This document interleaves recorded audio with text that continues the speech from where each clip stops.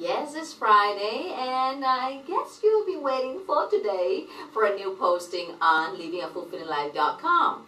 Yes, I'm going to focus on the third aspect of the goal setting or having a plan. That's my term. And it's on relationships. Now, I'm not just talking about boy-girl relationship. I'm talking of relationships with friends, family members, loved ones, colleagues, bosses, all of that. And of course, it's very complex. Why is that so complex?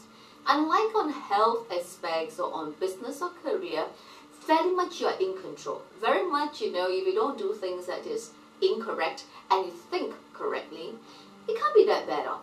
Really, I know some of you may still think that it's a challenge. That's because you haven't got your pieces together. In any case, follow the other videos and then perhaps we'll shed some light upon it. Relationship, why is that so complex? Because it does not only involve you. It involves another person. Okay? It takes two to clap, so to speak.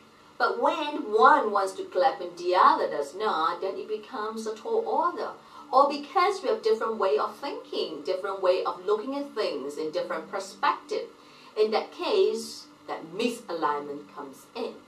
And the other complexity, of course, is culture, is values, our habits, and all of that adds to the complexity.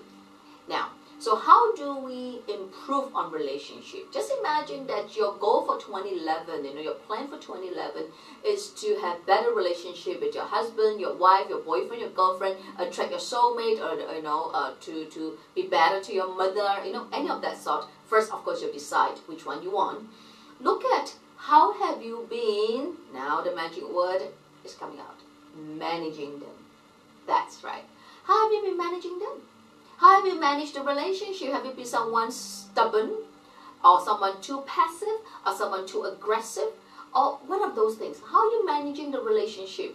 Are you someone that is so fixated on your own ideas, or are you someone that don't even have your own ideas?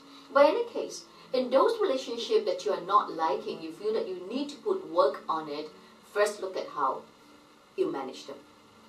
I know of some people, they don't like the word manage, because if you don't manage, how else? If you don't manage, it's out of control. Alright, for example, I manage my mom pretty well. Yeah, she's very much like me, okay? In fact, at one time we were much younger, or we were in a sort of a control, a struggle, that who wants to win. Then I realized that's not the way to have a good relationship with a mother. After all, she's mother. So I manage her expectation. And so now we have the best of our relationship because I manage the expectation. That means I just simply know how to, may not be a very nice word you think, play the game according to what she likes. So what is there to argue? Of course, this is a mother. Now, let's say your boss. Same, you know what your boss expects of you, just do what your boss expects. After all, it's just some hours during the day. And when you can deliver those expectations, obviously your boss likes you. Of course, now if you come to a very close boy-girl relationship, then again, the man think a certain way, a woman think a certain way. Really, the best deal is sit down and look at each other's expectation. And you have to decide who's the boss. You just can't have two captains on the boat, can you? You have to decide who's the boss to decide on certain aspects and then just leave that person to make the final decision. Because there are so many ways to go about reaching a goal, reaching a decision. And if two persons insist on having the same, not same way, different way, but although the goal is the same, you're going to have a lot of differences, you're going to crash, and you're going to have just a lot of problems. So look at it in all different angles, and like I said, the big word is manage it. When you can manage the expectation, when you can manage the likes and the dislikes, you find there isn't much to argue about. And of course, focus on the goal. What do you want to achieve at the end of the day with your spouse, with your mom, with your dad, with your colleagues, with your loved ones? All right, make that clear, because I can't tell you what to do because everybody is different. Have the clarity of that and focus and work towards it. I'm sure then it's going to be a great 2011.